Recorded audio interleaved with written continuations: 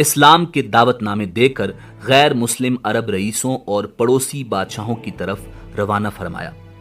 اسی سلسلے میں ایک خط حضرت حارث بن عمیر رضی اللہ تعالی عنہ کے ہاتھ بصرہ کے عیسائی حاکم حارث بن شمر کو بھی بھیجوایا گیا۔ جب حارث بن عمیر رضی اللہ تعالی عنہ بلکہ کے علاقہ موتا پہنچے تو وہاں کے عیسائی حاکم شرجیل بن عمر نے آپ رضی اللہ تعالی عنہ کو گرفتار کر لیا اور سفارتی آداب و اخلاقیات کی دھجیاں اڑاتے ہوئے حضرت حارث رضی اللہ تعالی عنہ کو بے دردی سے شہید کر ڈالا۔ جب حضرت حارث بن عمیر رضی اللہ تعالی عنہ کی شہادت کی خبر رسول کائنات امام الانبیاء جناب محمد الرسول اللہ صلی اللہ علیہ وآلہ وسلم کو پہنچی تو آپ صلی اللہ علیہ وآلہ وسلم بے حد دکھی ہوئے۔ آپ نے حضرت زید بن حارث رضی اللہ تعالی عنہ کو 3000 مجاہدین کے ساتھ حضرت حارث رضی اللہ تعالی عنہ کے خون کا حساب لینے کے لیے موتا کی طرف روانہ فرمایا۔ یہ 8 ہجری کا واقعہ ہے۔ لشکر روانہ فرماتے ہوئے آپ صلی اللہ علیہ وسلم نے فرمایا، اگر دشمن سے لڑتے ہوئے زید شہید ہو جائیں تو لشکر اسلام حضرت جعفر بن ابی طالب رضی اللہ تعالی عنہ کی زیر قیادت لڑے۔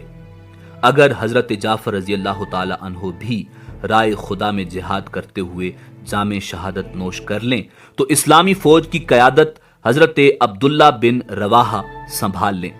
اگر وہ بھی خالق حقیقی سے جا ملیں تو مسلمان جسے چاہیں سالار لشکر چن لیں۔ شرجیل بن عمر کو جب اسلامی فوج روانہ ہونے کی اطلاع ملی تو اس نے زور و شور سے جنگی تیاریاں شروع کر دی، ساتھ ہی روم کے بادشاہ سے مدد طلب کی جو اتفاق سے ایک بڑے لشکر کے ساتھ اسی علاقے میں موجود تھا۔ شہنشاہ روم نے 1,00,000 فوجی شرجیل کی مدد کے لیے بھیج دیے۔ اسلامی لشکر جب موتا کے قریب پہنچا تو اسے دشمن کی اتنی بڑی تعداد اور وسیع پیمانے پر جنگی تیاریوں کا پتہ چلا۔ صورتحال کی سنگینی کو دیکھتے ہوئے بعض اصحاب رضوان اللہ تعالی علیہم اجمعین نے مشورہ دیا کہ نبی کریم صلی اللہ علیہ وآلہ وسلم کو حالات سے آگاہ کر کے مدینہ امداد کی درخواست کی جائے۔ اس موقع پر حضرت عبداللہ بن رواحہ رضی اللہ تعالی عنہ نے مسلمانوں کو مخاطب کر کے کہا، اے لوگو، ہمیں دشمن کی تعداد کی کیا پرواہ، ہماری تو دلی خواہش ہے کہ اللہ کے دین کی خاطر اپنی جانیں قربان کر دیں اور شہادت کا درجہ پائیں۔ ہمارا بھروسہ تو صرف اللہ پر ہے۔ اٹھو، اللہ کا نام لو اور 2 کامیابیوں، فتح یا شہادت میں سے ایک حاصل کر لو۔ حضرت عبداللہ بن رواحہ رضی اللہ تعالی عنہ کی تقریر سن کر مجاہدین دشمن پر ٹوٹ پڑے۔ آسمان حیران تھا اور دنیا کی عسکری تاریخ پریشان تھی۔ ایک طرف 3000 مسلمان تھے اور دوسری طرف بہترین جنگی ساز و سامان سے لیس 1,00,000 سے اوپر رومی اور عرب عیسائی فوجیوں کا جم غفیر تھا۔ مجاہدین کافروں کے لشکر پر اس شدت و بہادری سے جھپٹے کہ دشمن کی صفیں الٹ کر رکھ دی۔ سالار لشکر حضرت زید بن حارث رضی اللہ تعالی عنہ دشمنوں کو ختم کرتے ہوئے ان کی صفوں میں دور تک چلے گئے۔ آخر بے شمار کافر سپاہیوں نے انہیں گھیر لیا، مگر اللہ کے اس سپاہی نے جام شہادت نوش کرنے سے پہلے دشمن کی لاشوں کے ڈھیر لگا دیے۔ اسلامی فوج کی قیادت حضرت جعفر بن ابی طالب رضی اللہ تعالی عنہ نے سنبھال لی۔ آپ رضی اللہ تعالی عنہ ایک ہی حملے میں سینکڑوں دشمنوں کو ہلاک کرتے گئے، مگر مشکل یہ تھی کہ کفار کی تعداد بہت زیادہ تھی۔ ان کا ایک سپاہی مرتا تو اس کی جگہ 10 تازہ دم سپاہی مقابلے پر آ جاتے۔ حضرت جعفر رضی اللہ تعالی عنہ جرأت و بہادری کی نئی تاریخ رقم کر رہے تھے۔ ایک دشمن نے اچانک حملہ کر کے آپ کا دایاں بازو شہید کر دیا۔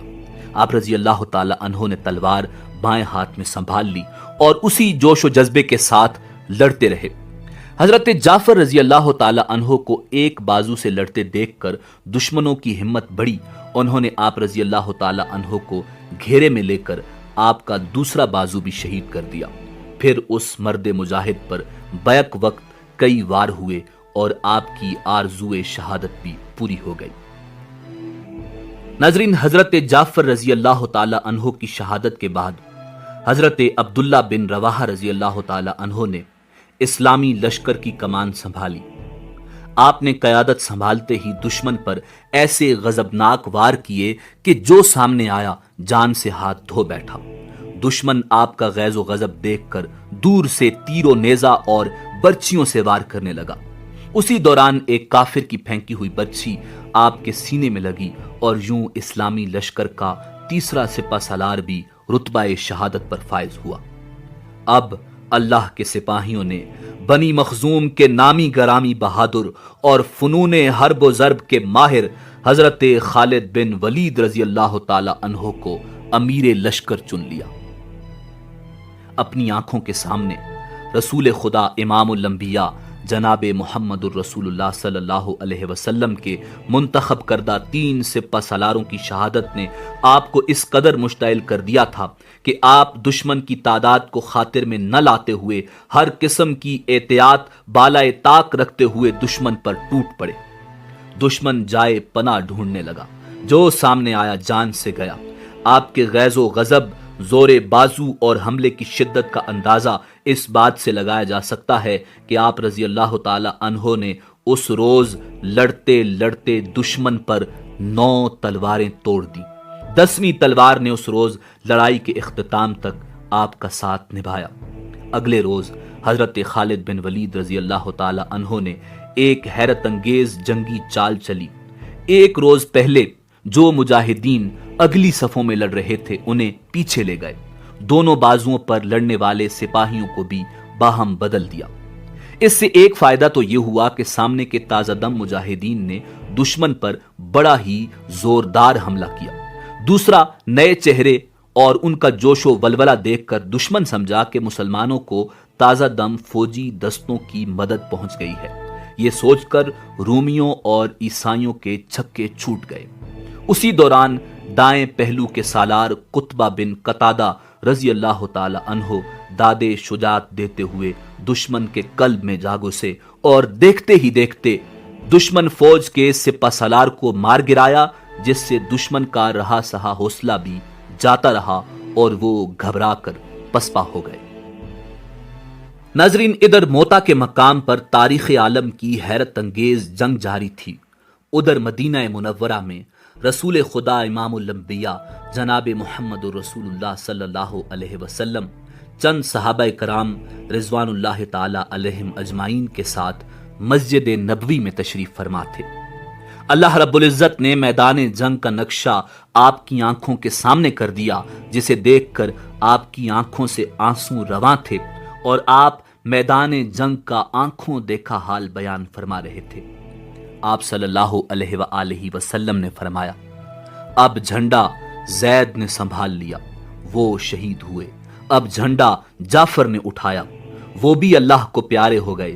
اب جھنڈا عبداللہ بن رواحہ نے تھاما اور انہوں نے بھی جان راہ اللہ میں قربان کر دی۔ آپ صلی اللہ علیہ وآلہ وسلم ایک لمحہ کو رکے اور پھر فرمایا، اب جھنڈا اٹھایا اللہ کی تلواروں میں سے ایک تلوار نے اور اس کو فتح حاصل ہوئی۔ اس کے بعد آپ صلی اللہ علیہ وسلم نے اپنے ہاتھ دعا کے لیے اٹھا دیے اور اللہ کے حضور یوں دعا گو ہوئے، اے اللہ، خالد تیری تلوار ہے، اسے ہمیشہ فاتح رکھنا۔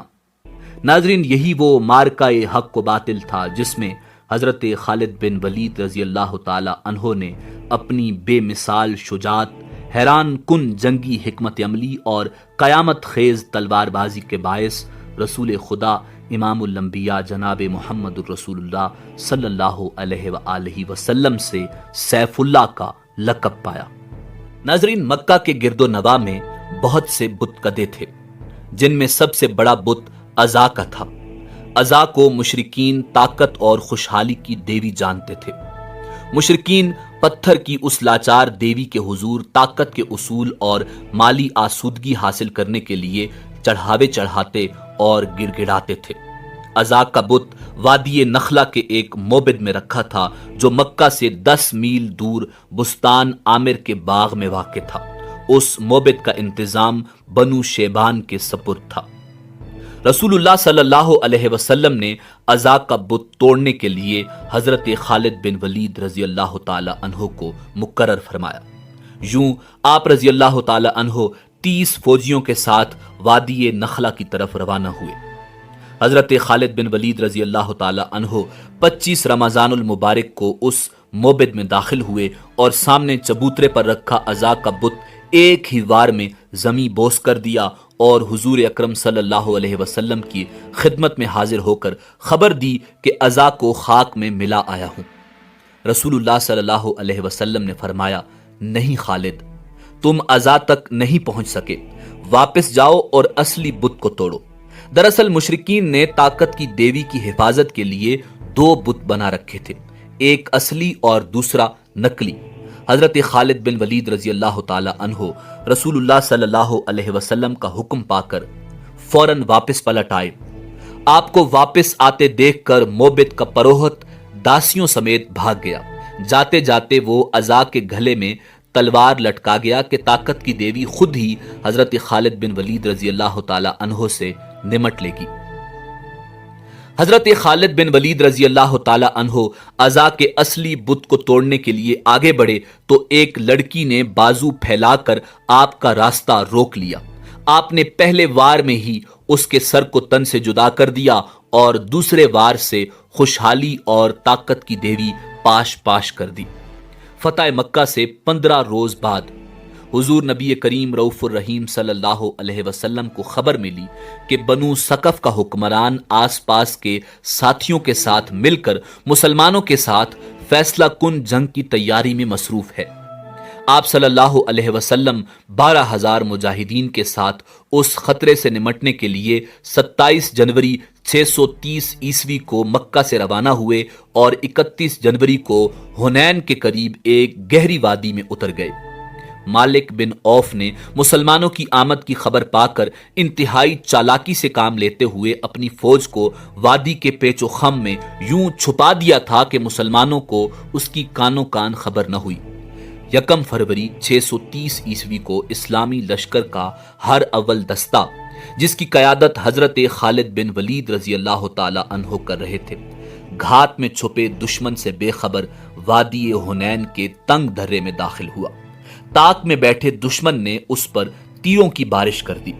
مسلمانوں کے لیے یہ حملہ قطعی غیر متوقع تھا۔ دوسری طرف مجاہدین کا دستہ جس راستے میں داخل ہو چکا تھا وہ بے حد تنگ تھا۔ مجاہدین پر کئی اطراف سے بے تحاشا تیر برس رہے تھے۔ مسلمانوں کو سنبھلنے کا موقع نہیں مل رہا تھا۔ نتیجتاً ہر اول دستے میں بھگدڑ مچ گئی، گھوڑے بے قابو ہو کر الٹ پڑے۔ حضرت خالد بن ولید رضی اللہ تعالی عنہ اپنے سپاہیوں کو پکار رہے تھے، مگر ایسا شور اور افراتفری مچی تھی کہ کوئی آپ کی آواز نہیں سن رہا تھا۔ ساتھ ہی آپ رضی اللہ تعالی عنہ چند ساتھیوں کی مدد سے حملہ آوروں کو روکنے کی کوشش میں لگے ہوئے تھے۔ آپ کی توجہ بٹی ہوئی تھی۔ دشمن نشانہ تاک کر آپ پر تیر برسا رہا تھا۔ کئی تیر آپ کے جسم میں اتر چکے تھے، مگر آپ ڈٹے ہوئے تھے۔ آخر زیادہ خون بہ جانے کے باعث آپ بے ہوش ہو کر گھوڑے سے گر گئے۔ اس دوران ہر اول دستے کے پیچھے آتا اسلامی لشکر بھی اس تنگ راستے میں داخل ہو کر گھات لگائے دشمن کے تیروں کی زد میں آ چکا تھا۔ اسلامی لشکر ابھی ناگہانی برستے تیروں سے نہ سنبھلا تھا کہ شکست کھا کر پسپا ہوتا ہر اول دستہ اس سے ٹکرایا۔ اسلامی لشکر میں شدید افراتفری پھیل گئی اور سپاہی ادھر ادھر بھاگنے لگے۔ اس وقت اگر کوئی میدان جنگ میں ثابت قدم تھا تو وہ رسول کائنات امام الانبیاء جناب محمد الرسول اللہ صلی اللہ علیہ وآلہ وسلم اور ان کے چند جانثار صحابہ کرام رضوان اللہ تعالی علیہم اجمعین، جن میں حضرت ابو بکر صدیق رضی اللہ تعالی عنہ، حضرت عمر فاروق رضی اللہ تعالی عنہ، حضرت علی کرم اللہ وجہ الکریم اور حضرت عباس رضی اللہ تعالی عنہ شامل تھے۔ ناظرین، اس وقت چند مسلمان سپاہی بھاگ رہے تھے اور دشمن ان کا تعاقب کر رہا تھا۔ اس نازک موقع پر حضرت علی کرم اللہ وجہ الکریم نے کمال جرت سے کام لیتے ہوئے حملہ آور دستے کے سالار کو مار گرایا۔ کئی صحابہ پلٹ کر اس دستے پر ٹوٹ پڑے۔ زبردست جھڑپ کے بعد بنو ثقف کا یہ دستہ بھاگ کھڑا ہوا۔ اب جنگ کا پانسا پلٹنے لگا تھا۔ اسی دوران رسول اللہ صلی اللہ علیہ وسلم کی نگاہ درے میں پڑے زخموں سے چور بے ہوش بنی مخزوم کے شہزادے خالد بن ولید پر پڑی۔ آپ نے جب دیکھا تو فوراً ان کے پاس تشریف لے گئے اور ان کے جسم پر سر سے پاؤں تک پھونک ماری، جس پر حضرت خالد بن ولید رضی اللہ تعالی عنہ نے آنکھیں کھول دی۔ آپ صلی اللہ علیہ وسلم نے حضرت خالد بن ولید رضی اللہ تعالی عنہ کی آنکھوں میں آنکھیں ڈال کر فرمایا، خالد اٹھو، خالد اٹھو، مسلمانوں کو تمہاری ضرورت ہے۔ خالد فوراً اٹھ کھڑے ہوئے۔ آپ صلی اللہ علیہ وسلم کے حکم پر خالد بن ولید رضی اللہ تعالی عنہ کے جسم سے تیر نکال کر پٹی باندھ دی گئی۔ رسول اللہ صلی اللہ علیہ وسلم کے الفاظ نے حضرت خالد بن ولید رضی اللہ تعالی عنہ کے جسم میں ایک نئی روح پھونک دی تھی۔ آپ اٹھ کھڑے ہوئے، تلوار سنبھالی اور گھوڑے پر سوار ہو کر دشمن پر ٹوٹ پڑے۔ جسم پر بے شمار زخم تھے، مگر اس مرد میدان کا جذبہ آسمان کو چھو رہا تھا اور ان کا گھوڑا سب سے آگے دشمن کی صفوں میں بجلی کی مانند دوڑ رہا تھا۔ دشمن خالد بن ولید رضی اللہ تعالی عنہ کے وار سے بچنے کے لیے چھپتے پھرتے تھے، مگر انہیں کہیں امان نہ ملتی تھی۔ آپ رضی اللہ تعالی عنہ کا لباس خون سے سرخ ہو رہا تھا، مگر آپ رضی اللہ تعالی عنہ اس مہم میں دلیری و جواں مردی کی تاریخ اپنی تلوار سے یوں تحریر کر رہے تھے کہ دشمن حواس کھو رہا تھا۔ حریف قبائل کے کئی نامور سردار حضرت خالد بن ولید رضی اللہ تعالی عنہ کے ہاتھوں مارے گئے۔ دشمن پر حضرت خالد بن ولید رضی اللہ تعالی عنہ کی اتنی دہشت بیٹھی کہ کچھ ہی دیر بعد دشمن آگے آگے بھاگ رہا تھا اور حضرت خالد بن ولید رضی اللہ تعالی عنہ کا دستہ ان کے تعاقب میں تھا۔ ناظرین، یہ نومبر 630 عیسوی کی بات ہے۔ 30,000 فوجیوں پر مشتمل اسلامی لشکر سرور دو عالم امام الانبیاء جناب محمد الرسول اللہ صلی اللہ علیہ وسلم کی قیادت میں مشہور شہنشاہ ہرقل کی سرکوبی کے لیے شام کے سرحدی مقام تبوک میں خیمہ زن تھا۔ ناظرین، رومی بادشاہ ہرقل جو 40,000 افواج کے ساتھ اسلامی سلطنت پر فیصلہ کن حملے کے بارے میں سوچ رہا تھا، تبوک میں اسلامی لشکر کی خبر پا کر پریشان ہو گیا۔ جب اسے یہ اطلاع ملی کہ خود رسول کائنات صلی اللہ علیہ وآلہ وسلم اسلامی لشکر کی قیادت فرما رہے ہیں تو مارے خوف کے اس کے اعصاب جواب دے گئے۔ یوں رومی لشکر بغیر لڑے ہی اندرون ملک بکھر گیا۔ رومی لشکر کے فرار سے گرد و نواح کے غیر مسلم سرداروں اور قبائل پر اسلامی لشکر کی دھاک بیٹھ گئی اور وہ حضور اکرم صلی اللہ علیہ وسلم کی خدمت میں حاضر ہو کر اپنی اطاعت و فرما برداری کا یقین دلانے لگے۔ مگر دومتا الجندل کا حاکم عقیدر بن عبد المالک بہت مغرور اور بد دماغ تھا۔ اس نے نہ صرف بارگاہ رسالت صلی اللہ علیہ وآلہ وسلم میں حاضری نہیں دی، بلکہ آپ صلی اللہ علیہ وسلم کو دشمنی کا پیغام بھیجا۔ رسول اللہ صلی اللہ علیہ وسلم نے اس گستاخ کے مقابلے کے لیے حضرت خالد بن ولید رضی اللہ تعالی عنہ کو منتخب کیا، ساتھ ہی ہدایت فرمائی کہ عقیدر کو زندہ پکڑ کر لانا ہے۔ حضرت خالد بن ولید رضی اللہ تعالی عنہ فرمان نبوی صلی اللہ علیہ وآلہ وسلم کی تعمیل میں 400 سواروں کے ساتھ دومتا الجندل کی طرف روانہ ہو گئے۔ صحرائی راستہ بے حد دشوار گزار تھا۔ لوگ اس صحرا کو عبور کرنا موت کو دعوت دینے کے مترادف سمجھتے تھے۔ گرمی بلا کی تھی، پیاس سے جان نکلی جا رہی تھی۔ آپ جذبہ عشق رسول صلی اللہ علیہ وسلم سے سرشار اپنے سواروں کی ہمت بڑھاتے اس صحرا کا سینہ چیرتے بڑے چلے جاتے تھے۔ آخر آپ کے عزم نے صحرا کو شکست دی اور آپ دومتا الجندل کے نواح میں پہنچ گئے۔ یہاں سے شہر کی فصیل صاف نظر آ رہی تھی۔ آپ رضی اللہ تعالی عنہ نے اپنے ساتھیوں کو رکنے کا حکم دیا اور خود ذہن میں عقیدر کو زندہ پکڑنے کے منصوبے سوچتے ہوئے چند سواروں کے ساتھ آگے بڑھ گئے۔ ناظرین، عین اسی وقت اللہ کا کرنا ایسا ہوا کہ شہر کا دروازہ کھلا اور شکار کا شوقین عقیدر چند سواروں کے ساتھ نمودار ہوا۔ حضرت خالد بن ولید رضی اللہ تعالی عنہ سمجھ گئے کہ ابھی عقیدر مجاہدین کی آمد سے بے خبر ہے اور رسول اللہ صلی اللہ علیہ وسلم کی پیش گوئی کے مطابق شکار کے لیے نکلا ہے۔ آپ رضی اللہ تعالی عنہ نے انہیں آگے بڑھنے دیا۔ جیسے ہی وہ لوگ شکار میں مشغول ہوئے، حضرت خالد بن ولید رضی اللہ تعالی عنہ نے اس بد دماغ شکاری کو گھیر لیا۔ ابھی عقیدر صورتحال کو سمجھنے کی کوشش ہی کر رہا تھا کہ آپ نے اپنے گھوڑے کو ایڑ لگائی۔ گھوڑا طوفان کی طرح عقیدر کے گھوڑے کی طرف بڑھا اور حضرت خالد بن ولید رضی اللہ تعالی عنہ نے اپنے طاقتور ہاتھوں سے پلک جھپکتے میں عقیدر کو اس کے گھوڑے سے اچک لیا۔ شکاری خود شکار ہو گیا تھا۔ عقیدر کو باندھ کر اسی کے گھوڑے پر ڈال دیا گیا۔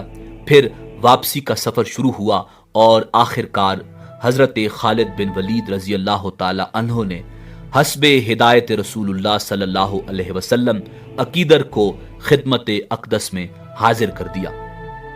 ناظرین، عقیدر نے اپنے رویے پر معافی مانگی۔ آپ صلی اللہ علیہ وآلہ وسلم نے اسے اس شرط پر رہا کر دیا کہ وہ خود مدینہ میں حاضر ہو کر شرائط صلح پیش کرے گا۔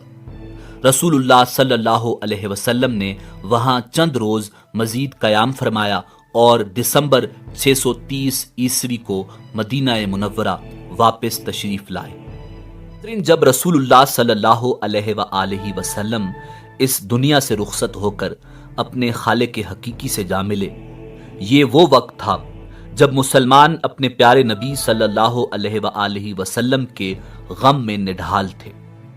ان کے حواس اور حوصلے بکھر گئے تھے، ان کی سوچنے سمجھنے کی صلاحیتیں ساتھ چھوڑ گئی تھی۔ ایک حشر کا سماں اور افراتفری کا عالم تھا۔ ان نازک حالات نے مدینہ کی نوخیز اسلامی سلطنت کو سنگین نوعیت کے مسائل سے دوچار کر رکھا تھا۔ یہ مصائب اس قدر گھمبیر تھے کہ خدا نہ خواستہ سلطنت اسلامیہ کا وجود ہی خطرے میں نظر آنے لگا تھا۔ اکابرین اسلام نے رسول اللہ صلی اللہ علیہ وسلم کے وصال کے بعد حالات کی ذمہ داری حضرت ابو بکر صدیق رضی اللہ تعالی عنہ کے کاندھوں پر ڈال دی تھی۔ اگرچہ اپنے پیارے رفیق نبی کریم رؤوف الرحیم صلی اللہ علیہ وآلہ وسلم کی جدائی پر آپ رضی اللہ تعالی عنہ کا دل بھی خون کے آنسو رو رہا تھا، مگر حالات اس بات کے متقاضی تھے کہ حضرت ابو بکر صدیق رضی اللہ تعالی عنہ ہمت اور حوصلے سے کام لیتے ہوئے مدینہ کی نوزائیدہ اسلامی ریاست کو بچائیں۔ چونکہ اس وقت ایک طرف تو رسول اللہ صلی اللہ علیہ وسلم کی جدائی کے غم نے مسلمانوں کو ہوش و حواس سے بیگانہ کر رکھا تھا، تو دوسری طرف کفار اور منافقین نے اس موقع سے فائدہ اٹھا کر اسلام اور اسلامی ریاست کو مٹانے کے ناپاک ارادے باندھ رکھے تھے۔ کئی قبائل جن کا ایمان ابھی پختہ نہیں تھا یا پھر انہوں نے دل سے اسلام قبول نہیں کیا تھا، نبی کریم رؤوف الرحیم صلی اللہ علیہ وآلہ وسلم کے وصال کی خبر سن کر مرتد ہو گئے تھے۔ متعدد جھوٹے نبی بن بیٹھے، کوئی زکوٰۃ دینے سے انکاری تھا تو کوئی دیگر ارکان اسلام سے فرار حاصل کرنا چاہتا تھا۔ غرض ہر طرف افراتفری کا عالم تھا۔ ایسے بدترین حالات میں حضرت ابو بکر صدیق رضی اللہ تعالی عنہ نے خود کو سنبھالا اور بے مثال ہمت و حوصلے سے کام لیتے ہوئے اسلام کے خلاف اٹھ کھڑے ہونے والے اس طوفان کے سامنے ڈٹ گئے۔ آپ رضی اللہ تعالی عنہ نے اسلام دشمنوں، فسادیوں اور نبوت کے جھوٹے دعوے داروں سے نمٹنے کے لیے 11 لشکر تشکیل دیے، جن میں پہلے لشکر کا سپہ سالار بنی مخزوم کا شہزادہ خالد بن ولید رضی اللہ تعالی عنہ تھے۔ ناظرین، حضرت خالد بن ولید رضی اللہ تعالی عنہ نے سب سے پہلے طلیحہ بن خویلد کی خبر لینے کا فیصلہ کیا۔ اس بیہودہ اور کذاب شخص نے نبوت کا جھوٹا دعویٰ کر رکھا تھا۔ طلیحہ بن خویلد ایک فریب کار اور مکارانہ باتیں بنانے میں ماہر شخص تھا۔ اس نے اپنی چکنی پرفریب اور سحر انگیز باتوں سے بہت سے لوگوں کے ذہنوں پر قبضہ کر لیا تھا۔ حضرت خالد بن ولید رضی اللہ تعالی عنہ اس فتنہ کو جلد از جلد ختم کرنا چاہتے تھے، بس آپ کوچ پر کوچ کرتے اور ہفتوں کا سفر دنوں میں طے کرتے بلائے ناگہانی کی طرح جھوٹوں کے سردار طلیحہ بن خویلد کے سر پر جا پہنچے۔ حضرت خالد بن ولید رضی اللہ تعالی عنہ کی طلیحہ بن خویلد اور اس کے حواریوں کے ساتھ کئی لڑائیاں ہوئیں۔ یہ بڑے ڈھیٹ لوگ ثابت ہوئے، ادھر شکست کھا کر بھاگتے، ادھر پھر سے جمع ہو کر مقابلے پر آ جاتے۔ آخر شکست پر شکست، ایک طرف تو ان کے حوصلوں پر دراڑیں ڈالنے لگی اور دوسری طرف ان کی افرادی قوت کم ہونے لگی۔ صورتحال کو دیکھتے ہوئے طلیحہ بن خویلد نے اپنی ساری قوت یکجا کر کے حضرت خالد بن ولید رضی اللہ تعالی عنہ سے فیصلہ کن لڑائی کا ارادہ کر لیا۔ خود جناب حضرت خالد بن ولید رضی اللہ تعالی عنہ یہی چاہتے تھے کہ اس کذاب کے سارے حواری ایک جگہ جمع ہوں تو آپ اس فتنہ کو ہمیشہ کے لیے ختم کر دیں۔ آخر وہ وقت بھی آ گیا جب حق و باطل آمنے سامنے تھے۔ پھر کیا تھا، اللہ کی تلوار بجلی کی طرح حرکت میں آئی اور ایک ہی حملے میں بے شمار دشمن خاک و خون میں لوٹنے لگے۔ حضرت خالد رضی اللہ تعالی عنہ کی دیکھا دیکھی مجاہدین بھی اللہ کا نام لے کر دشمن پر ٹوٹ پڑے۔ اسلامی لشکر کا یہ حملہ اس قدر شدید اور جان لیوا تھا کہ طلیحہ بن خویلد اور اس کے حواری جان بچانے کے لیے بھیڑ بکریوں کی طرح ادھر ادھر بھاگنے لگے، مگر ان کے لیے آج کسی طرف امان نہ تھی۔ ان کی اکثریت ماری گئی۔ طلیحہ بن خویلد خود حضرت خالد بن ولید رضی اللہ تعالی عنہ کے ہاتھوں ذلت آمیز شکست کھا کر جان بچانے کے لیے شام کی طرف بھاگ نکلا۔ ناظرین، ایک روایت کے مطابق بعد ازاں طلیحہ بن خویلد توبہ کر کے سچے دل سے مسلمان ہو گیا تھا اور اس نے باقی زندگی مسلمان کی حیثیت سے بسر کی اور اسی حالت میں دنیا سے رخصت ہوا۔ ناظرین، طلیحہ بن خویلد سے نمٹنے کے بعد حضرت خالد بن ولید رضی اللہ تعالی عنہ نے مالک بن نویرہ کا رخ کیا۔ یہ شخص قبیلہ بنو تمیم کا سردار تھا اور رسول اللہ صلی اللہ علیہ وآلہ وسلم کے وصال کے بعد زکوٰۃ دینے سے منکر ہو گیا تھا اور مسلمان لشکر کے خلاف لڑنے پر آمادہ تھا۔ خالد بن ولید رضی اللہ تعالی عنہ کی سپہ سالاری میں مسلمان مجاہدین نے مالک بن نویرہ پر حملہ بول دیا۔ دیکھتے ہی دیکھتے بزدلوں اور مرتدوں کا یہ ٹولہ میدان چھوڑ کر بھاگ نکلا۔ بھاگنے والوں میں سے اکثریت مجاہدین کے ہاتھوں ماری گئی۔ اس مارکہ میں مارے جانے والوں میں خود مالک بن نویرہ بھی شامل تھا۔ اسلام کا ایک اور دشمن اپنے حواریوں سمیت حضرت خالد بن ولید رضی اللہ تعالی عنہ کے ہاتھوں اپنے انجام کو پہنچا۔ ناظرین، اب حضرت خالد بن ولید رضی اللہ تعالی عنہ نے مسیلمہ کذاب کے ساتھ دو دو ہاتھ کرنے کا فیصلہ کیا۔ مسیلمہ کذاب انتہائی جھوٹا، مکار اور فریبی شخص تھا۔ اس بد فطرت کی فریب کاریوں کا اندازہ اس بات سے لگایا جا سکتا ہے کہ اس نے نہ صرف معاذ اللہ نبوت کا جھوٹا دعویٰ کر رکھا تھا، بلکہ اس بیہودہ شخص نے نبی کریم صلی اللہ علیہ وآلہ وسلم پر یہ بہتان لگایا تھا کہ آپ صلی اللہ علیہ وسلم نے اسے اپنا سانجی اور شریک بنا رکھا تھا۔ اس نے اپنا ایک باقاعدہ لشکر تشکیل دیا جو نہ صرف تعداد کے لحاظ سے ایک بڑا لشکر تھا بلکہ جدید اور وافر جنگی سامان سے بھی لیس تھا۔ ناظرین، اصل میں اس کذاب کی سرکوبی کے لیے خلیفہ اول حضرت ابوبکر صدیق رضی اللہ تعالی عنہ نے حضرت اکرمہ رضی اللہ تعالی عنہ کو مقرر کیا تھا اور ان کی مدد کے لیے حضرت شرجیل رضی اللہ تعالی عنہ کو روانہ کیا تھا اور فرمایا کہ جب تک حضرت شرجیل رضی اللہ تعالی عنہ وہاں نہ پہنچیں مسیلمہ کے ساتھ جنگ نہ چھیڑی جائے، مگر حضرت اکرمہ رضی اللہ تعالی عنہ نے جوش میں آ کر حضرت شرجیل رضی اللہ تعالی عنہ کے آنے سے پہلے ہی مسیلمہ کذاب کی فوج پر حملہ کر دیا۔ ایک تو حضرت اکرمہ کے پاس فوجیوں کی تعداد بہت کم تھی، دوسرا وہ بہت زیادہ جنگی تجربہ بھی نہیں رکھتے تھے، جس وجہ سے حضرت اکرمہ رضی اللہ تعالی عنہ کو مسیلمہ کذاب کے ہاتھوں شکست کا سامنا کرنا پڑا۔ بالکل یہی غلطی حضرت شرجیل رضی اللہ تعالی عنہ نے دہرائی اور حضرت خالد بن ولید رضی اللہ تعالی عنہ کے پہنچنے سے پہلے ہی دشمن سے جا ٹکرائی۔ اس لڑائی کا نتیجہ بھی شکست کی صورت میں ہوا۔ دو مسلمان سپہ سالاروں کو شکست دے کر ایک طرف تو مسیلمہ کذاب اور اس کے لشکریوں کے حوصلے بڑھ گئے تھے، تو دوسری طرف اس نے یہ دلیل دینا شروع کر دی تھی کہ اگر وہ نعوذ باللہ برحق نبی نہ ہوتا تو حضرت اکرمہ اور حضرت شرجیل جیسے جلیل القدر اصحاب اس سے ہرگز شکست نہ کھاتے۔ اس کا نتیجہ یہ نکلا کہ سادہ لوگ اس کذاب کے جھانسے میں آسانی سے آنے لگے، جن کی بدولت اس کی فوجی اور سیاسی قوت بڑھنے لگی۔ اب اس کذاب کے فتنے کا فوری خاتمہ بہت ضروری ہو گیا تھا۔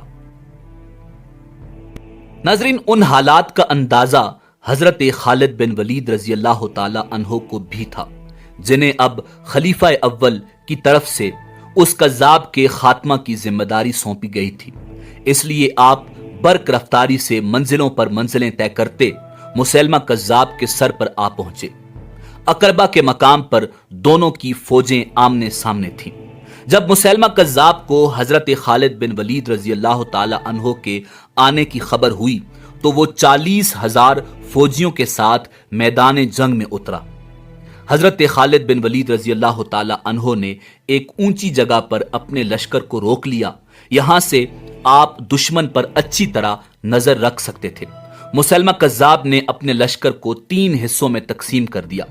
دائیں حصہ کی سپہ سالاری نہار الرجال کے سپرد کی، بائیں حصے کا سردار حکم بن طفیل کو مقرر کیا، جبکہ قلب کی قیادت خود سنبھال لی اور جنگ کے لیے تیار ہو گیا۔ حضرت خالد بن ولید رضی اللہ تعالی عنہ نے سب سے پہلے مسیلمہ کذاب اور اس کے پیروکاروں کو دین حق کی دعوت دی۔ جواب میں مسیلمہ کذاب نے مسلمانوں کو اپنے خود ساختہ دین کی طرف بلایا، پھر دونوں لشکر آمنے سامنے صف آرا ہو گئے۔ مسیلمہ کذاب ایک فریبی اور مکار شخص ہی نہیں بلکہ بطور جنگی ماہر کے اس نے بڑا نام پیدا کیا تھا۔ اس نے جنگ کی چال چلی تاکہ مجاہدین تھک جائیں تو ان پر دائیں بائیں سے طوفانی حملے کر کے تہس نہس کر دیا جائے۔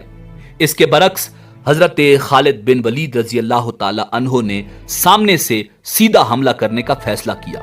تاہم آپ رضی اللہ تعالی عنہ نے اپنے لشکر کو 3 حصوں میں تقسیم کیا۔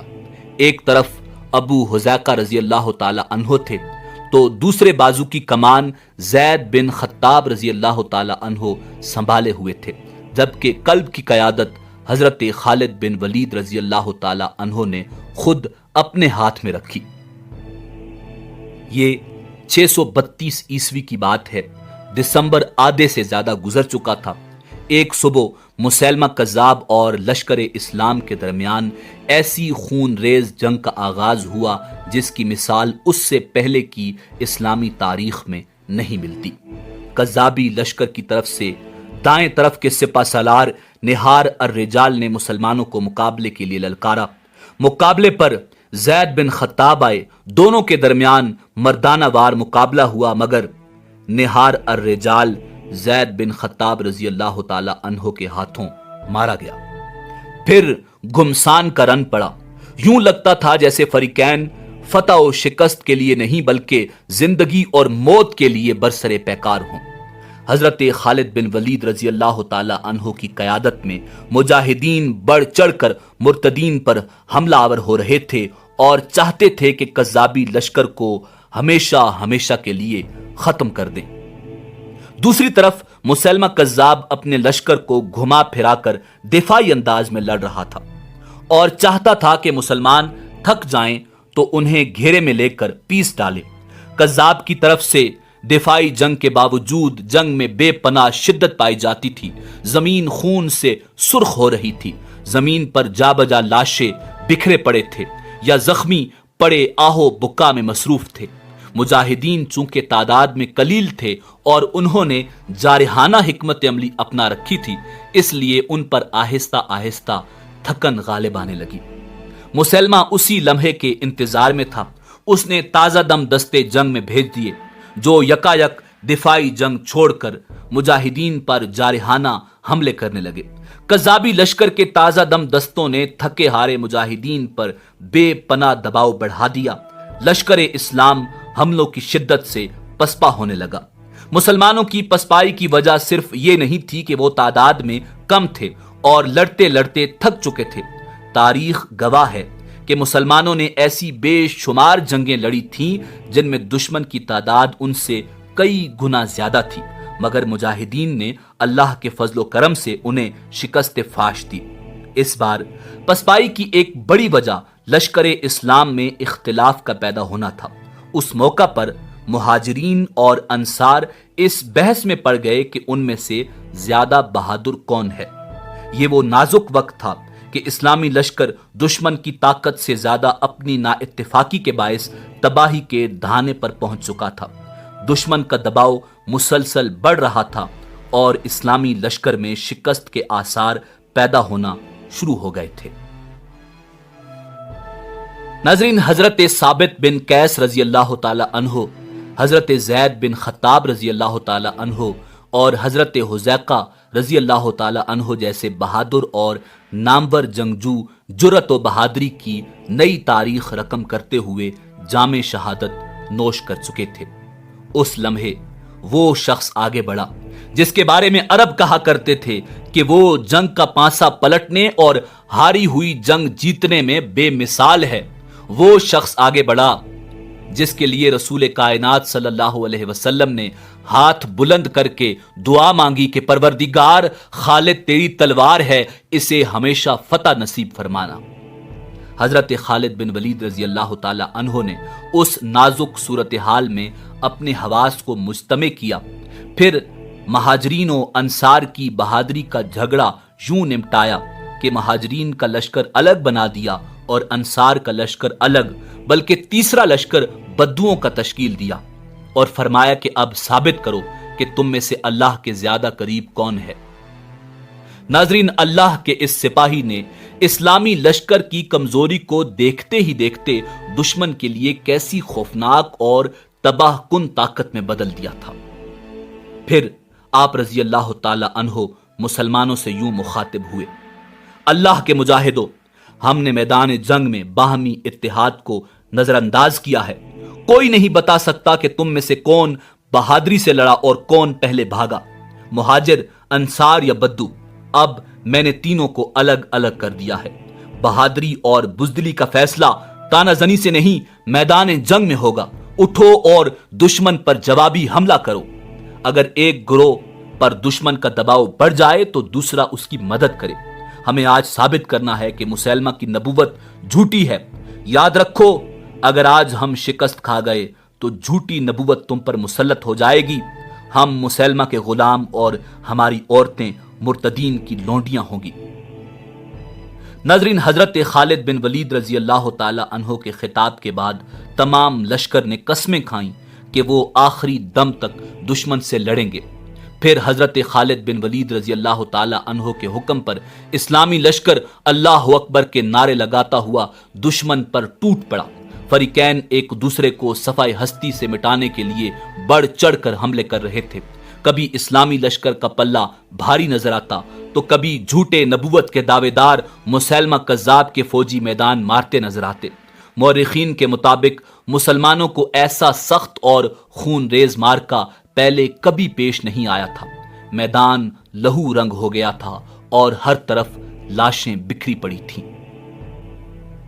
ناظرین، حضرت خالد بن ولید رضی اللہ تعالی عنہ کے ذہن نے صورتحال کا تجزیہ کیا تو ایک ہی بات سمجھ میں آئی کہ جب تک مسیلمہ کذاب نہیں مارا جاتا، دشمن کو ہرانا محال ہے۔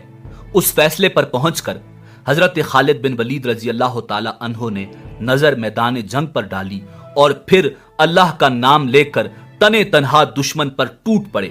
جو سامنے آیا مارا گیا۔ مرتدین کے کئی نامی گرامی جنگجو حضرت خالد رضی اللہ تعالی عنہ کی تلوار کا نشانہ بنے۔ آپ دشمن کو مارتے کاٹتے مرتدین کے قلب تک جا پہنچے اور مسیلمہ کذاب کو مقابلے کی دعوت دی۔ کذاب جو حضرت خالد بن ولید رضی اللہ تعالی عنہ کے غیظ و غضب اور جنگی مہارت کے ہاتھوں اپنے سورماؤں کو گاجر مولی کی طرح کٹتے دیکھ چکا تھا، گھبرا کر اپنے محافظوں کے حلقے میں لشکر کے مزید اندر چلا گیا۔ حضرت خالد بن ولید رضی اللہ تعالی عنہ نے پلٹ کر مجاہدین کو یکدم حملہ کرنے کا حکم دیا اور خود مسیلمہ کے محافظ دستے پر ٹوٹ پڑے۔ مسیلمہ کے محافظوں کا حلقہ حضرت خالد بن ولید رضی اللہ تعالی عنہ کی تلوار سے تہس نہس ہو گیا۔ دشمن پلٹ کر بھاگا۔ مورخین کے مطابق یہ لڑائی اس قدر خون ریز تھی کہ جس گھاٹی میں یہ لڑائی ہو رہی تھی اس کا نام ہی خون کی گھاٹی پڑ گیا۔ مرتدین کی ایک بڑی تعداد نے بھاگ کر حدیقیۃ الرحمان نامی باغ میں پناہ لے لی۔ یہ قلعہ نما وسیع و عریض باغ تھا جس کا دروازہ بے حد مضبوط تھا۔ حضرت خالد بن ولید رضی اللہ تعالی عنہ مجاہدین کے ساتھ دشمن کا تعاقب کرتے ہوئے اس باغ کے دروازے تک پہنچ چکے تھے اور سوچ رہے تھے کہ مضبوط دروازے کو کیسے کھولا یا توڑا جائے۔ اس دوران ایک بہادر سپاہی برا بن مالک رضی اللہ تعالی عنہ آگے بڑھا اور اس نے اصرار کیا کہ اسے باغ کے اندر پھینک دیا جائے تاکہ وہ باغ کا دروازہ کھول دے۔ جب برا رضی اللہ تعالی عنہ کا اصرار حد سے بڑھا تو اسے باغ کی دیوار پر چڑھا دیا گیا۔ ناظرین، اس اللہ کے سپاہی نے اندر کود کر درجنوں دشمن سپاہیوں کا گھیرا تلوار کے زور پر توڑ کر باغ کا دروازہ کھول دیا۔ پھر اسلامی لشکر سیلاب کی مانند باغ میں داخل ہو گیا۔ یہاں مرتدین اس کثرت سے مارے گئے کہ اس باغ کا نام ہی حدیقیۃ الموت پڑ گیا۔ ناظرین، اب مسیلمہ کذاب کو اپنی موت صاف نظر آ رہی تھی۔ وہ اپنے چند محافظوں کے ساتھ باغ سے بھاگ نکلنے کی کوشش میں وحشی بن حرب کی برچھی کا نشانہ بن کر شدید زخمی ہو گیا۔ کذاب اپنے پیٹ سے برچھی نکالنے کی کوشش کر رہا تھا کہ ابو دجانہ رضی اللہ تعالی عنہ نے آگے بڑھ کر تلوار کے ایک ہی وار سے مسیلمہ کذاب کا سر تن سے جدا کر دیا، جسے دیکھ کر بچا ہوا لشکر سر پر پاؤں رکھ کر بھاگ کھڑا ہوا اور یوں تاریخ اسلام کی خون ریز ترین جنگ ختم ہو گئی جو حضرت خالد بن ولید رضی اللہ تعالی عنہ کے فوجی کارناموں میں ایک یادگار کارنامے کا اضافہ کر گئی۔ ناظرین، اب خالد بن ولید رضی اللہ تعالی عنہ کی نظریں ہیرا پر لگی تھیں۔ دریائے فرات کے کنارے بسا یہ شہر آتش پرستوں یعنی آگ کی پوجا کرنے والوں کا گڑھ مانا جاتا تھا۔ اس علاقے پر ازادبہ نامی شخص حکومت کرتا تھا۔ ازادبہ نے خورنک نام کا ایک ایسا شاندار محل بنوا رکھا تھا جس کی مثال مدائن سے روم تک نہیں ملتی تھی۔ اس بے مثال محل کے باغات دور دور تک پھیلے ہوئے تھے۔ کہا جاتا ہے کہ اس محل سے کسرا ایران کی ضیافت طبع کا سامان مہیا کیا جاتا تھا۔ جب مجاہدین اسلام نے کشتیوں میں سوار ہو کر اس شہر کا رخ کیا تو ازادبہ نے دریائے فرات کے پانی کا رخ نہروں کی طرف موڑنے کا حکم دے دیا۔ اس کام کی نگرانی کے لیے اس نے اپنے چہیتے بیٹے اور ولی عہد کو بھیجا۔ اس کا مقصد یہ تھا کہ اسلامی لشکر کی کشتیاں دلدل میں پھنس کر تباہ ہو جائیں۔ حضرت خالد بن ولید رضی اللہ تعالی عنہ جو ایک انتہائی ماہر جنگجو تھے، دشمن پر ہمیشہ نظر رکھتے تھے۔ ازادبہ کی چال جو ہی خالد بن ولید رضی اللہ تعالی عنہ کے علم میں آئی تو انہوں نے چند بجلی صفت سواروں کو خشکی کے راستے اس جگہ پہنچ کر دشمن کو تباہ کرنے کا مشن سونپ دیا۔ کہا جاتا ہے کہ یہ سوار ریت کے بگولے اڑاتے اس قدر حیران کن رفتار سے بند باندھتے دشمن کے سر پر جا پہنچے کہ اسے خبر ہی نہ ہوئی۔ اللہ کے ان سپاہیوں نے آن کی آن میں اس دشمن دستے کو خاک میں ملا دیا جس کی قیادت ہیرا کا ولی عہد کر رہا تھا۔ ناظرین، ازادبہ ابھی اپنے لاڈلے بیٹے کی موت پر سکتہ کی کیفیت میں تھا کہ اسے ایرانی شہنشاہ ارد شیر کے مرنے کی اطلاع بھی مل گئی۔ یکے بعد دیگرے ان وحشتناک خبروں نے عزادبہ کے حواس چھین لیے اور وہ اپنا سب کچھ چھوڑ چھاڑ کر نامعلوم منزلوں کا رائی ہو گیا۔ کہا جاتا ہے کہ اسے آخری بار مدائن جانے والے راستے پر دیکھا گیا تھا۔ خالد بن ولید رضی اللہ تعالی عنہ جب خورنک کے شہرۂ آفاق محل میں پہنچے تو اسے اپنے مکینوں کی بے وفائی پر افسردہ اور اجڑا ہوا پایا۔ خالد بن ولید رضی اللہ تعالی عنہ جب احتیاطاً ایک طویل چکر کاٹ کر ہیرا پہنچے تو اس کے دروازے کھلے دیکھ کر حیران رہ گئے۔ وہ شہر میں داخل ہوئے تو پتہ چلا کہ شاہی افواج مسلمانوں سے خوف زدہ ہو کر مدائن کی طرف فرار ہو گئی ہیں۔ ہیرا فتح ہو چکا تھا، مگر اس کے ارد گرد 4 مضبوط اور مشہور قلعے تھے جنہیں فتح کیے بغیر ہیرا پر قبضہ کوئی معنی نہیں رکھتا تھا۔ یوں تو ان 4 قلعوں کے محافظ بہادر اور جابر جنگجو تھے، مگر ان میں سے قصر ابن بغیلہ نامی قلعے کا قلعہ دار عبد المسیح بن عمروان 4 قلعوں کی اصل طاقت مانا جاتا تھا۔ اس کو عراق کا شہزادہ بھی کہا جاتا تھا۔ باقی 3 قلعہ دار اس کے زیر اثر تھے۔ عبد المسیح ایک حاضر دماغ، حاضر جواب، غیر معمولی دانشمند اور جرأت و حوصلہ میں بے مثال شخص تھا۔ اس وقت اس کی عمر تقریباً 100 سال تھی۔ بڑھاپے کے باعث اس کی کمر جھک چکی تھی، مگر اس کی ہمت اور حوصلہ بدستور جمع تھا۔ ناظرین، خالد بن ولید رضی اللہ تعالی عنہ نے قلعہ داروں کو قبول اسلام یا جزیہ کی ادائیگی کا پیغام بھیجا۔ جواب میں 4 نے متفقہ طور پر خالد بن ولید رضی اللہ تعالی عنہ کی بات ماننے سے انکار کر دیا اور جنگ کرنے کا فیصلہ کر لیا۔ خالد بن ولید رضی اللہ تعالی عنہ نے 4 قلعوں پر بیک وقت حملہ کر دیا۔ مجاہدین کو 4 جگہ شدید مزاحمت کا سامنا کرنا پڑ رہا تھا۔ فریقین کے درمیان مقابلہ سخت تھا۔ خالد بن ولید رضی اللہ تعالی عنہ 4 قلعوں کو ایک ہی روز میں فتح کرنے کے خواہش مند تھے، مگر قلعوں کی بلند فصیلوں سے مجاہدین پر تیروں اور منجنیقوں کے ذریعے مٹی اور پتھر کے گولے کی بارش ہو رہی تھی۔ دوسری طرف مجاہدین کے بلندی کی طرف چلائے جانے والے تیر اس طرف کارگر نہیں ہو رہے تھے۔ اس صورتحال سے دشمن کے حوصلے بلند تھے۔ ادھر یہ حالات خالد بن ولید رضی اللہ تعالی عنہ سے بھی پوشیدہ نہ تھے۔ انہوں نے بغور صورتحال کا جائزہ لیا، پھر انہوں نے اپنے لشکر سے ماہر اور طاقتور تیر اندازوں کو الگ کر لیا۔ پھر انہیں حکم دیا کہ وہ اپنی حفاظت کا خیال رکھتے ہوئے ممکنہ حد تک فصیل کے قریب ہو جائیں، اور پھر اچانک تاک تاک کر فصیل پر متعین دشمن کو نشانہ بنائیں۔ خالد بن ولید رضی اللہ تعالی عنہ کی ماہرانہ جنگی حکمت عملی کے نتیجے میں دیکھتے ہی دیکھتے فصیل پر پہرا دیتے درجنوں سپاہی موت کے گھاٹ اتر گئے۔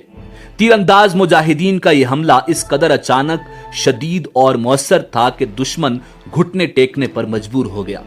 آخر 4 قلعوں کے دروازے کھل گئے اور مئی 633 کی ایک صبح خالد بن ولید رضی اللہ تعالی عنہ اور ہیرا کے سرداروں اور ان قلعہ داروں کے درمیان ایک معاہدہ پر دستخط ہوئے۔ معاہدے کے تحت ہیرا نے سالانہ 1,90,000 درہم ادا کرنے تھے، جبکہ بدلے میں اسلامی فوج نے ہیرا کے تحفظ کی ذمہ داری قبول کی۔ ہیرا اور ان 4 قلعوں پر فتح پانے کے بعد خالد بن ولید رضی اللہ تعالی عنہ نے عرب سے باہر ہیرا کو پہلے اسلامی دارالحکومت کا درجہ دے دیا۔ خالد بن ولید رضی اللہ تعالی عنہ نے یہاں کا نظم و نسق مقامی سرداروں ہی کے ہاتھ رہنے دیا اور اپنی ساری توانائیاں ارد گرد کے علاقہ کو فتح کرنے میں صرف کر دی۔ انہوں نے اسلامی لشکر کو کئی حصوں میں بانٹ کر آس پاس کے سارے علاقے پر قبضہ کر لیا۔ اس طرح جون 633 عیسوی کے آخر تک دجلہ اور فرات کا تمام درمیانی علاقہ ہیرا کی اس اسلامی ریاست کے زیر نگیں آ چکا تھا۔ ناظرین، خالد بن ولید رضی اللہ تعالی عنہ خلیفۃ الرسول جناب سیدنا ابو بکر صدیق رضی اللہ تعالی عنہ کا پیغام پڑھ کر بے حد پریشان تھے۔ حضرت ابو بکر صدیق رضی اللہ تعالی عنہ نے انہیں پیغام بھیجا تھا کہ جب تک ایاز بن غنم کا لشکر دومتا الجندل کی مہم سر کر کے تم سے نہیں آ ملتا، مدائن کی طرف پیش قدمی نہ کرنا۔ خالد بن ولید رضی اللہ تعالی عنہ علاقے کی صورتحال پر گہری نظر رکھے ہوئے تھے۔ انہیں صاف نظر آ رہا تھا کہ اگر مدائن کو اس وقت یوں ہی چھوڑ دیا گیا تو صدیوں کی شہنشاہت کے زیر اثر رہنے والی وسیع علاقے پر پھیلی ان آبادیوں میں بغاوت پھوٹ پڑے گی، اور اتنے بڑے رقبہ پر پھیلنے والی بغاوت سے نمٹنا محال ہوگا۔ یہ حالات نہ صرف خود خالد بن ولید رضی اللہ تعالی عنہ اور ان کی فوج کے لیے انتہائی خطرناک ہوں گے، بلکہ ایاز بن غنم کا لشکر بھی سنگین خطرات میں آ جائے گا۔ ناظرین، خالد بن ولید رضی اللہ تعالی عنہ کی پریشانی کی وجہ یہ تھی کہ ایک طرف تو خلیفۃ الرسول رضی اللہ تعالی عنہ کا حکم تھا جسے وہ نظر انداز نہیں کرنا چاہتے تھے، جبکہ دوسری طرف حالات مدائن کے خلاف فوری کارروائی کے حق میں تھے۔ تیسری طرف اس بات کا ذرا بھی امکان نظر نہیں آ رہا تھا کہ ایاز بن غنم جلد ہی دومتا الجندل کے خلاف کامیابی حاصل کر لیں گے۔ حضرت خالد بن ولید رضی اللہ تعالی عنہ کچھ دیر گہری غور و فکر میں ڈوبے رہے، پھر ایک فیصلے پر پہنچ گئے۔ انہوں نے مجاہدین کو اپنے فیصلے سے آگاہ کرتے ہوئے کہا، خلافت مدینہ کا احترام اپنی جگہ مسلم ہے، مگر حالات ایسے ہیں کہ ہم ایاز بن غنم کی فوج کا انتظار نہیں کر سکتے۔ اللہ کی قسم، کسرا کی فوج ہم سے خائف ہے، دوسری طرف اہل مدائن تخت نشینے کے جھگڑوں میں پڑے ہیں۔ یہ صورتحال تقاضا کرتی ہے کہ دشمن کو طاقتور ہونے سے پہلے کچل دیا جائے۔ اسی وقت ایرانی فوج کی زیادہ تر نفری ریاست کے دو بڑے شہروں عین التمر اور الانبار میں تھی۔ عین التمر ہیرا کے قریب واقع تھا، جبکہ الانبار کا فاصلہ اس سے 2 گنا تھا۔ فرات کے کنارے واقع الانبار اہم ترین تجارتی شہر تھا، اس میں غلے کے بڑے بڑے ذخائر تھے۔ خالد بن ولید رضی اللہ تعالی عنہ نے اللہ کا نام لے کر جون 633 عیسوی کے آخر میں تقریباً 9000 مجاہدین کے ساتھ مدائن کی طرف کوچ کیا۔ اس وقت خالد بن ولید رضی اللہ تعالی عنہ خلافت مدینہ کا حکم مان کر مدائن کے خلاف کارروائی کا آغاز نہ کرتے تو علاقے میں مسلمانوں کی فتح شکست میں تبدیل ہو سکتی تھی، اور اس سے ایاز بن غنم کو بھی شدید نقصان پہنچنے کا خدشہ تھا۔ ناظرین، خالد بن ولید رضی اللہ تعالی عنہ نے سب سے پہلے الانبار کو فتح کرنے کا فیصلہ کیا، جس تک پہنچنے کے لیے شیرزاد سے نمٹنا ضروری تھا۔ خالد رضی اللہ تعالی عنہ کوچ در کوچ کرتے ہوئے فرات کے کنارے واقع اس شہر کے نواح میں جا پہنچے۔ وہاں پہنچ کر حضرت خالد بن ولید رضی اللہ تعالی عنہ نے حسب روایت کسرا اور مدائن کے حکام کو پیغامات بھیجوائے، جن میں کہا گیا تھا، نجات صرف مدینہ کی اطاعت میں ہے، قبول اسلام یا قبول جزیہ، دونوں میں سے ایک کا انتخاب کر لو، یہی تمہارے حق میں بہتر ہے۔ جواب نفی میں ملا۔ اس پر خالد بن ولید رضی اللہ تعالی عنہ نے اپنے تیر اندازوں کے خصوصی دستے طلب کر لیے۔ ان تیر اندازوں کی خصوصیت یہ تھی کہ وہ جسمانی طور پر انتہائی مضبوط اور طاقتور تھے، اور بہت دور سے اپنے ہدف کو ٹھیک ٹھیک نشانہ بنانے میں جواب نہیں رکھتے تھے۔ خالد بن ولید رضی اللہ تعالی عنہ نے ایسے 1000 تیر اندازوں کو حکم دیا کہ وہ خندق کے قریب اس انداز میں جائیں جیسے خندق عبور کرنے یا جائزہ لیتے جا رہے ہوں، پھر یہاں سے اچانک اور بیک وقت فصیل کے محافظوں کی آنکھوں کو نشانہ بنائیں۔ پھر 1000 تیر انداز خندق کے پاس گئے، اور پیشتر اس کے کہ دشمن ان کی منشا سمجھ پاتا، 1000 تیر فصیل کی حفاظت پر مامور مجوسیوں کی آنکھوں میں اتر گئے۔ جب وہ چیخو پکار کرتے قلعے کے اندر گئے تو وہاں موجود لوگوں کے چہرے خوف اور دہشت سے پیلے پڑ گئے۔ خود شیرزاد اس قدر خوف زدہ ہوا کہ فوراً چند شرائط پر حضرت خالد بن ولید رضی اللہ تعالی عنہ کو صلح کی پیشکش کر دی۔ خالد بن ولید رضی اللہ تعالی عنہ نے جواباً پیغام دیا کہ مفتو کو شرائط پیش کرنے کا کوئی حق نہیں۔ پھر خالد بن ولید رضی اللہ تعالی عنہ نے خود خندق کا جائزہ لیا اور اس کا نسبتاً کم چوڑا حصہ منتخب کیا، پھر کمزور اور بیمار اونٹوں کو ذبح کر کے اس میں پھینکوا دیا۔ یوں خندق کا وہ حصہ بھر گیا۔ پھر دیکھتے ہی دیکھتے خالد بن ولید اپنے مخصوص تیر اندازوں کے ساتھ اس انوکھے پل سے خندق عبور کر گئے۔ جب دشمن نے دیکھا کہ مسلمان تیروں کو خاطر میں نہ لاتے ہوئے خندق عبور کر رہے ہیں تو ان کا رہا سہا حوصلہ بھی جواب دے گیا۔ وہ بھیڑ بکریوں کی طرح ادھر ادھر بھاگنے لگے۔ مجوسی سپہ سالار نے فوج کے ایک حصے کو حکم دیا کہ وہ قلعہ سے نکل کر خندق عبور کرتے مسلمانوں کو روکے۔ قلعے کا دروازہ کھلتے دیکھ کر خالد بن ولید رضی اللہ تعالی عنہ نے قلعہ سے باہر آتے شخص کو آڑے ہاتھوں لیا۔ خالد بن ولید کی زیر قیادت مسلمانوں نے ان مجوسی سپاہیوں کو دیکھتے ہی دیکھتے تہہ تیغ کر دیا۔ دشمن کی لاشیں خندق میں پھینک دی گئیں، جس کے نتیجے میں اونٹوں سے بنا پل مزید چوڑا ہو گیا۔ قلعہ دار نے گھبرا کر قلعہ کا کھلا دروازہ فوراً بند کر دیا۔ ناظرین، قلعہ بند دشمن کی حالت خوف و دہشت کے مارے خراب ہو رہی تھی۔ اب وہ فتح تو دور کی بات، لڑائی کا بھی نہیں سوچ رہے تھے۔ انہیں کوئی فکر تھی تو بس جان بچانے کی۔ قلعہ والوں کی حالت عجیب و غریب تھی۔ ایک طرف شیرزاد پریشانی کے عالم میں ٹہل رہا تھا، دوسری طرف زخمیوں کی آہ و بکا، اور تیسری طرف ہلاک ہونے والوں کے عزیز و اقارب کا رونا اعصاب کا امتحان لے رہا تھا۔ آخر شیرزاد کا حوصلہ جواب دے گیا۔ اس نے حضرت خالد بن ولید رضی اللہ تعالی عنہ سے امان کی درخواست کی۔ جناب حضرت خالد بن ولید رضی اللہ تعالی عنہ نے فرمایا، میں شیرزاد کو اس کے خاندان اور سپاہیوں کے ساتھ اس طرح شہر سے جانے کی اجازت دیتا ہوں کہ ان کے پاس گھوڑوں کے سوا کچھ نہ ہو اور وہ ہماری فوج کے سامنے سے گزریں۔ ناظرین، جولائی 633 عیسوی کی گرم صبح شیرزاد گردن جھکائے اپنے اہل خانہ اور بچی کھچی فوج کے ساتھ شہر چھوڑ گیا۔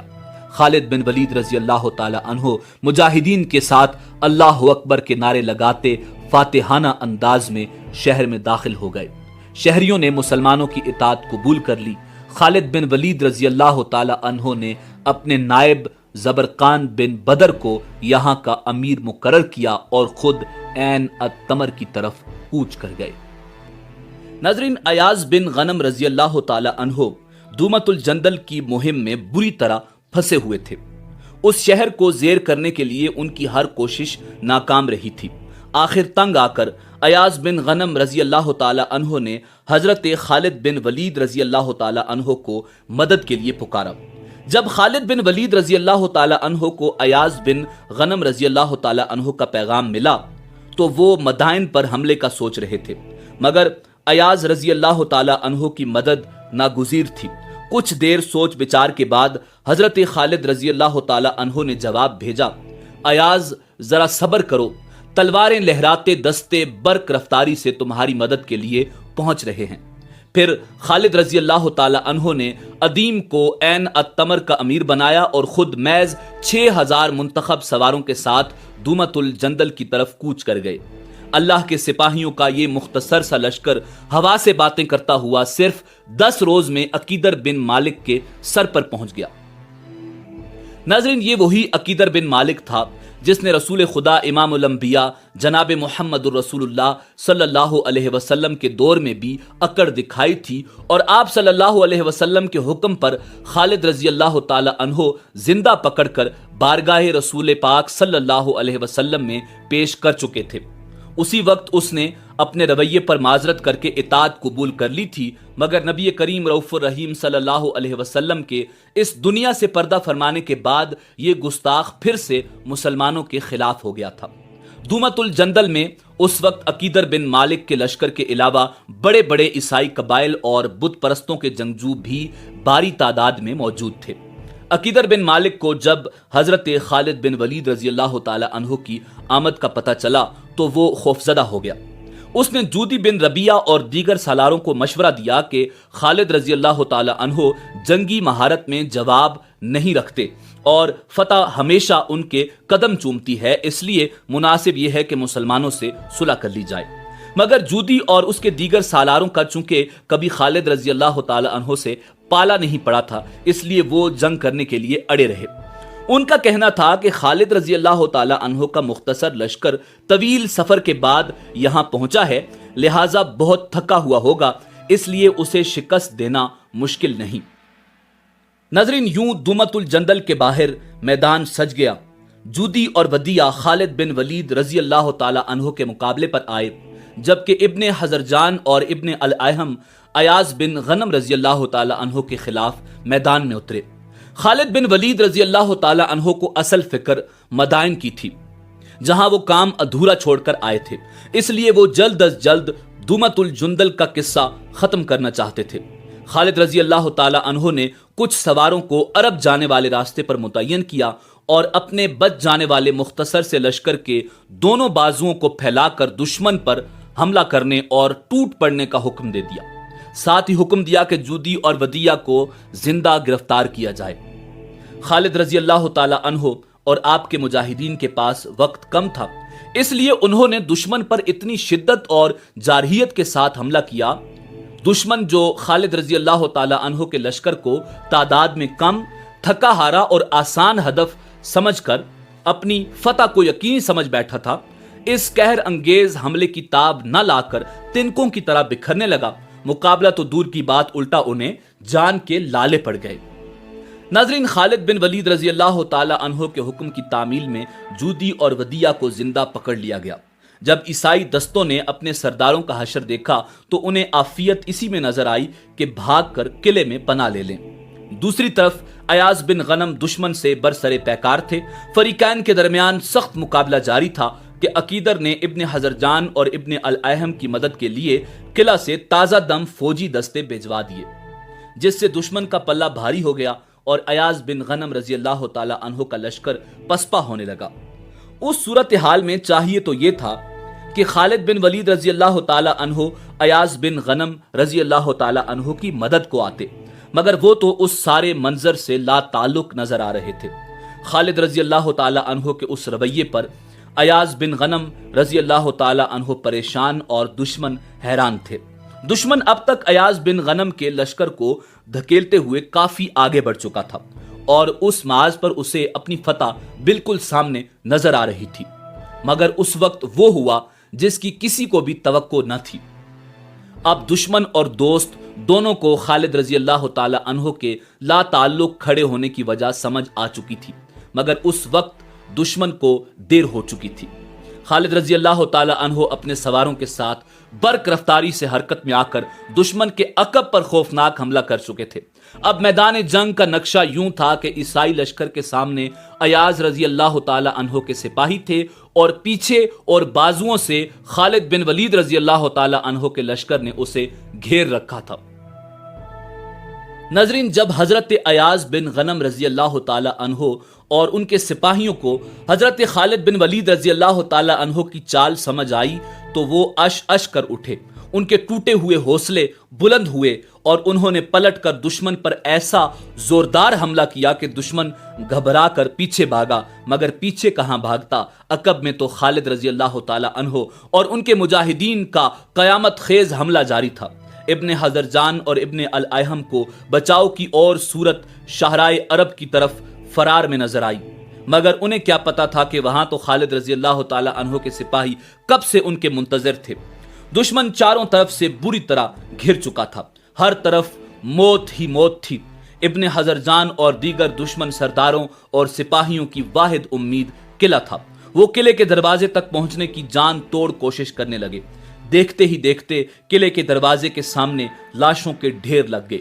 عیسائی لشکر کا بیشتر حصہ فنا کے گھاٹ اتر چکا تھا۔ قریب تھا کہ دشمن کے بچے کھچے فوجی بھی مجاہدین کے ہاتھوں مارے جاتے۔ خالد رضی اللہ تعالی عنہ نے ایک اور جنگی چال چلی۔ آپ رضی اللہ تعالی عنہ یوں پسپا ہونے لگے جیسے دشمن کے بے پناہ دباؤ نے انہیں پیچھے ہٹنے پر مجبور کر دیا ہو۔ یہ دیکھ کر عیسائیوں کے حوصلے بڑھ گئے اور انہیں قلعے کے دروازے تک پہنچنے کا امکان نظر آنے لگا۔ عیسائیوں نے اور زور لگایا، خالد رضی اللہ تعالی عنہ مزید پسپا ہو گئے۔ آخر دشمنوں کے لیے قلعے تک پہنچنے کا راستہ صاف ہو گیا۔ عقیدر جو قلعے کے ایک برج سے صورتحال پر نظر رکھے ہوئے تھا، اس نے فوراً قلعہ کا دروازہ کھولنے کا حکم دے دیا تاکہ اس کا بچا کھچا لشکر قلعے میں آ سکے۔ پھر یوں ہوا کہ ابن حضرجان اور ابن الاحم نے زندگی کی تلاش میں اپنے سپاہیوں کے ساتھ قلعہ کا رخ کیا۔